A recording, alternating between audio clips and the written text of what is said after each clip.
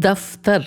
دفتر فارسی اور عربی سے اردو میں آیا ہے اور بہت استعمال ہوتا ہے.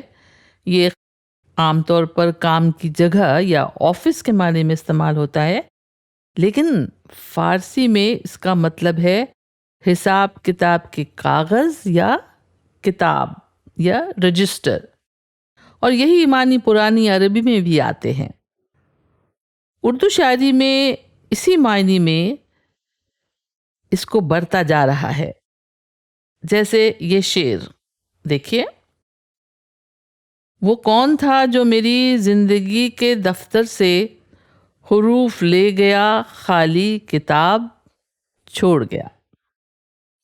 شکایتوں کا دفتر کھولنا، یہ اسی معنی میں ایک محاورہ ہے، یعنی شکایتوں کی پوری کتاب کھول دینا، بہت سی شکایتیں کرنا.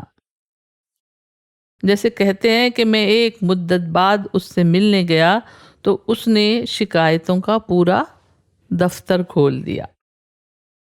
اور آفس کے معنی میں لفظ دفتر بھی شاعری میں آنے لگا ہے.